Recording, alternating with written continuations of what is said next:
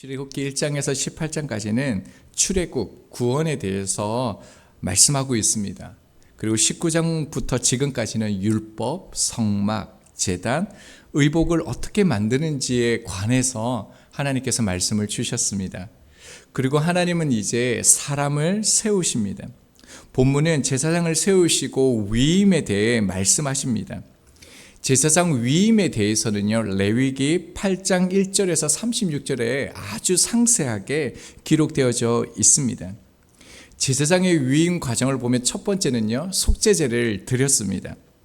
속죄제는 자기 죄에 대한 속죄, 죄로부터의 정결함을 위해서 드리는 제사였기 때문에 반드시 드려야 하는 제사입니다. 두 번째는요, 번제였습니다. 번제는 인간의 죄에 대한 완전한 소멸을 의미하기도 하지만요, 동시에 하나님께 철저하게 자신을 죽이고 전적인 희생을 나타내는 상징적인 제사이지요. 그리고 세 번째, 하나님 앞에 화목제를 드리게 됩니다. 화목제는 자원에서 드리는 제사입니다. 하나님과 우리 사이의 화목을 위해서 감사와 서원의 제사입니다. 이렇게 하나님 앞에 그들은 제사하면서 제사장으로서의 그 준비를 하게 되어집니다. 자, 계속해서요, 29절에서 30절은 제사장 의복에 관해서도 하나님께서 말씀을 주셨습니다. 29절을 보면요, 대제사장은 회막에 들어가 성소에서 섬길 때 1일 동안 성의를 입어야 할 것을 말씀하셨습니다. 제사장들은 각각 자기 옷은 있었습니다. 하지만요, 대제사장의 옷은 시내산에서 만들어진 한벌입니다. 하나님께서 직접 디자인하시고 명하신 대로 지으신 옷은요, 새로운 사람이 임명될 때마다 새롭게 만들어지는 것이 아니라 그 지으신 옷을 이어받게 하신 것으로 보입니다. 항상 그래서 대제사장의 직분은요, 오직 한 사람입니다. 아론의 대제사장직은 훗날 엘리아살에게 이어지게 되어지죠. 아론의 아들들 가운데 제사장직을 수행하는 이들도 있고요, 대제사장직을 수행하는 아들이 있는 것입니다. 분명한 구별이 있습니다. 그러나 그 사람이 어떤 사람인가 보다요, 그 사람이 어떤 옷을 입고 있느냐가 중요합니다. 하나님이 말씀하신 거룩한 옷을 입고 있으면 대제사장이 되는 직분의 자리에 있는 것입니다. 자, 30절을 보면요, 위임을 받아 처음 시작한 대제사장에게 하나님께서 명령하시는 게 있는데, 회막에 들어가 7일을 보내라는 것입니다. 7일 동안 회막에서 떠날 수가 없는 것입니다. 여러분 한번 상상해 보십시오. 목사가 됐는데 7일 동안에 이 교회 예배당을 떠날 수 없이 이 안에서 계속적으로 제사를 드려야 된다고 생각하면 얼마나 고되고 힘든 일이겠습니까? 그뿐만이 아닙니다. 단지 그것으로 끝나는 게 아니라 1년 내내요, 매일같이요, 아침, 저녁으로 어린 양으로 번제를 드려야 했습니다. 제사장은 누구보다 하나님과 더 가까이 할 수 있고 하나님을 예배할 수 있지만요, 성실과 그 수고가 반드시 수반되어지는 일이었습니다.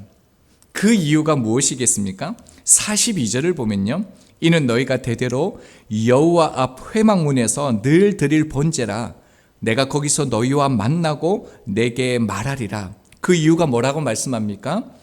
제사장을 만나겠다라고 말씀하지 아니고요, 내가 너희와 만나겠다라고 말씀합니다. 그러니까 제사장들은 제사만 드린 것이 아니었다라는 겁니다. 그보다 더 중요한 것이 있었다라는 것이요. 제사장의 직분, 그렇게 수고하고 성실함으로 하나님 앞에 예배해야 될 그 이유는요, 백성들을 섬기기 위해서 해야 했던 일이라는 것입니다. 하나님은 당신의 백성을 만나고 싶으셔서 제사장을 이렇게 일하게 하시는 것입니다. 그리스도인이요, 그리스도의 향기가 되고 편지가 되기 위해서 어떠한 모습이 되어야 하는지를 보게 하는 부분입니다. 20절 말씀도 보면요, 모세는 화목제를 드리는 수당의 피를 취하여 아론과 그의 아들들의 오른 깃뿌리 그리고 오른손 엄지, 오른발 엄지에 그 피를 바르게라고 말씀하고 있습니다. 깃뿌리에 그 피를 바르는 행위는요, 백성들의 그 목소리에 청종해야 된다, 잘 들어야 된다는 의미가 있고요. 오른손 엄지에 피를 바르는 이유는 백성들을 위해 그들에게 유익이 되도록 일을 하라라는 의미가 있는데, 일반적으로 주석가들이 이 견해는 일치를 합니다. 그런데 엄지발가락에 피를 바르라라는 것은요, 조금씩 견해를 달리 하는데요, 백성들을 이끌기 위해서 신중하고 주의 깊게 기르라라는 그 의미도 있고요, 백성들을 예배로 이끌기 위한 책임, 또요 백성들 가운데 살라라는 그런 견해가 있습니다. 조금씩 다르게 표현되지만 공통적인 그 특징을 우리가 발견할 수 있는데요, 제사장은 온 마음과 정성을 다해 하나님을 섬기는 직분이기도 하지만요, 그 모든 행위가 어디를 향하고 있습니까? 백성들을 향하여 있다라는 것입니다. 그가 그렇게 하나님 앞에 섬김으로, 백성들을요 온전하게 섬김으로 하나님 앞에 이끌 수 있다라는 것이요. 그래서 백성은, 그 제사장은 수고함으로 애씀으로 온 마음을 다하여 하나님 앞에 제사를 드리는 것이죠.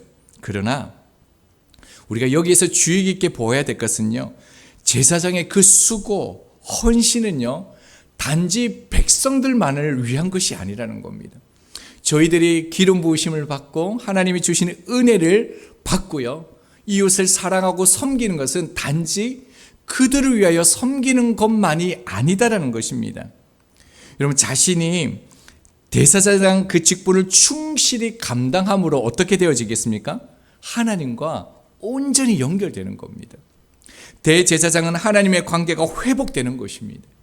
대제사장은 그렇게 하나님을 만날 수 있다라는 것입니다. 그리고 이것은요, 하나님과의 바른 관계 속에서만 백성들을 사랑함으로 섬길 수 있다라는 것도 우리 가운데 보여주게 됩니다. 그뿐만이 아닙니다. 하나님을 이렇게 온 마음을 다하여 섬기고 백성들을 사랑하면요, 어떻게 되냐면 하나님이 책임져 주시는 인생이 된다라는 것을 말씀이 우리 가운데 가르쳐 줍니다. 제사장은 하나님 앞에 올인하는 인생이 되었기 때문에 하나님께서 그의 인생을요 전적으로 먹을 것을 공급하십니다. 그 내용이 31절에서 34절인데요, 하나님 앞에 드렸던 그 화목제의 제물을요 제사장에게 줍니다. 하나님의 것을 제사장에게 준다라는 것입니다. 일반 화목제물은 그 화목제물을 가져온 사람들이 공동 식사를 하게 되어져 있습니다. 그런데 본문의 화목제는요 제사장들의 화목제이기 때문에 제사장들만 참여할 수 있습니다. 먹을 수 있는 자격의 그 제한을 하나님께서 두고 계십니다. 자, 31절을 보면요, 너는 위임식 수당을 가져다가 거룩한 곳에서 그 고기를 삶아라 라고 얘기합니다. 거룩한 곳은요 성막의 뜰을 가리키는 것으로 보이는데요, 하나님께서 주신 그 음식을요 바로 성막의 뜰 그 안에서 먹으라 라고 말씀합니다. 이 말은요 밖에서는 먹을 수 없다라는 것입니다.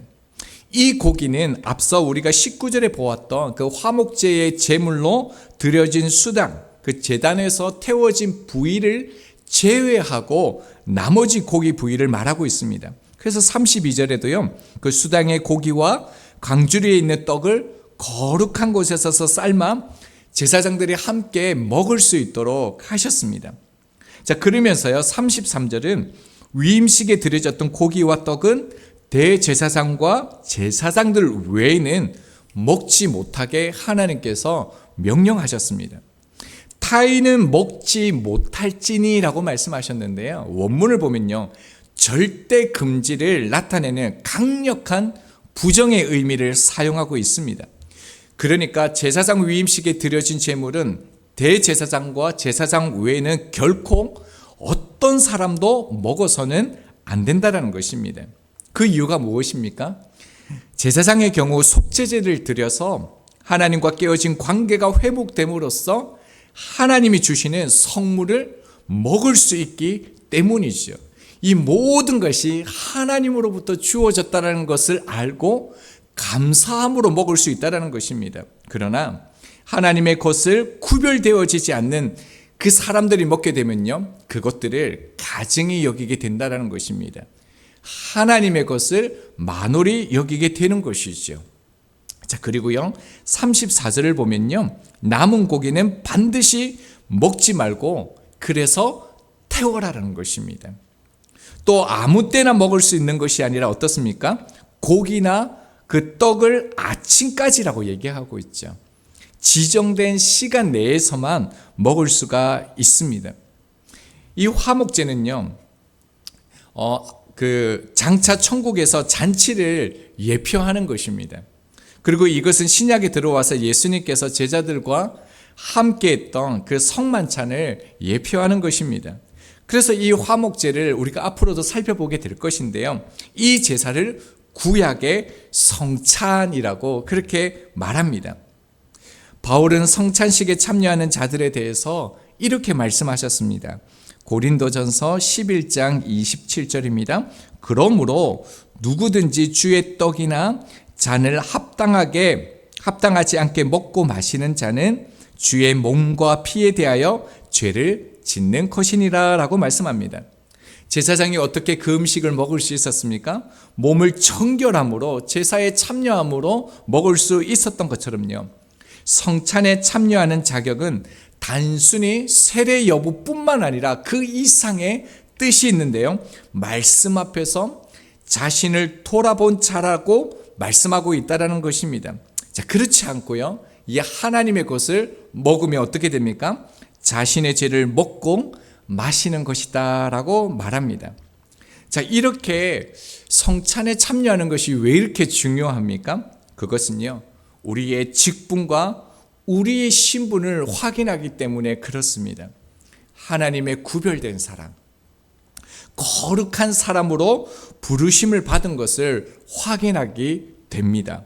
31절을 보면요, 거룩한 곳에서라고 얘기하고 있고요, 33절도 그들을 거룩하게, 그리고 그것이 거룩하기 때문이라 말씀합니다. 그리고 34절에도요, 거룩한즉이라고 말씀합니다. 하나님께서 계속적으로 거룩을 강조해서 반복적으로 말씀하고 있습니다. 여러분, 어떻게 해요? 사람이 하나님께 구별된 사람, 하나님이 말씀하시는 거룩한 사람이 될 수 있습니까? 그것은요, 주신 말씀대로 순종할 때 하나님께서 거룩하다고 여겨주시는 것입니다. 말씀대로 행할 때 거룩한 하나님의 일부가 되는 것입니다. 여러분, 저희는 지금요, 수많은 성경적인 그 배경, 말씀들을 들음으로 성경을 참 많이 이해합니다. 그런데도 불구하고요, 지금 본문의 말씀은요, 참 깨닫기도 어렵고요, 적용하기도 쉽지가 않습니다. 자, 그렇다면요, 이스라엘 백성들에게 처음으로 이 말씀이 주어졌을 때 백성들이 이해했겠습니까? 이 말씀이 무엇을 뜻하고 우리의 삶에 어떤 것을 나타내는지 그 하나님의 뜻을 깨달았겠습니까? 그리고 그들이 알고 이 말씀을 믿음으로 행했기 때문에 거룩해진 것일까요? 아닙니다. 저희와 다르지 않습니다. 하지만 이스라엘 백성들이 지금 이 광야에서요, 이 말씀을 이해하지 못하고 다 알지 못했기 때문에, 믿음으로 다 순종하지 못했기 때문에 그들이 거룩하지 못했습니까? 그들은요, 거룩해졌습니다. 하나님께서 말씀하신 대로 그들은 순종했고요, 그들은 거룩해졌습니다. 하나님이 말씀하셨고 하나님 말씀을 따랐기 때문에 말씀 그대로요, 거룩해지는 것입니다. 사실 그렇습니다. 어떻게 해야 하는지 그 세세한 내용보다 사실 더 중요한 것은요, 그 세세한 내용으로 그렇게 하라고 하신 분이 하나님이시라는 것이 중요하다는 것입니다. 지금 드리는 이 말씀은 제가 여러분에게 드리는 개인적인 권면의 말씀이 아닙니다.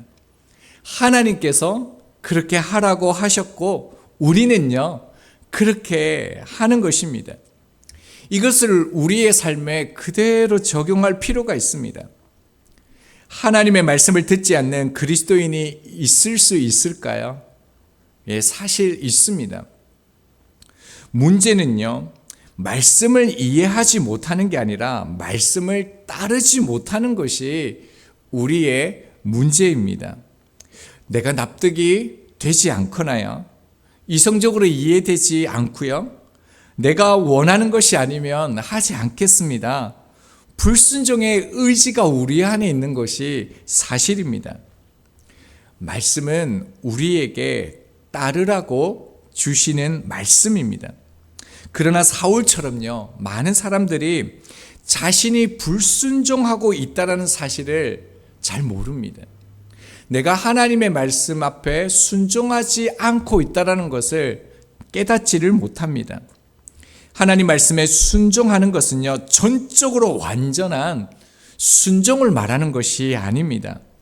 불순종할지라도요, 자신이 불순종하고 있다는 것을 아는 것이 중요합니다. 깨닫는 것이 중요합니다. 그러므로요, 말씀의 뜻을 구하는 것을 멀리 해서는 안 됩니다. 말씀을 떨어지게 해서는 안 됩니다. 말씀과 떨어져서는 안 되는 것입니다. 요한복음 1장 1절입니다. 태초에 말씀이 계시니라. 이 말씀이 하나님과 함께 계셨으니 이 말씀은 곧 하나님이시라. 말씀은 누구이십니까? 예수 그리스도이십니다. 결국이요, 예수님과 떨어져서도 안 되고요, 예수님을 내 중심에 항상 두어야 합니다. 예수님과 떨어지거나 예수님을 멀리해서는 안 되는 것이죠. 예수님과 함께하면요, 말씀을 지킬 수 있습니다. 여러분, 말씀을 지키면요, 예수님과 동행할 수 있는 것입니다. 우리는 세상 속에 살아가지만 이 세상과는 구별된 존재로, 거룩한 존재로 부름을 받은 하나님의 사람이라는 것을 잊지 않는 이 하루 되시기를 바랍니다.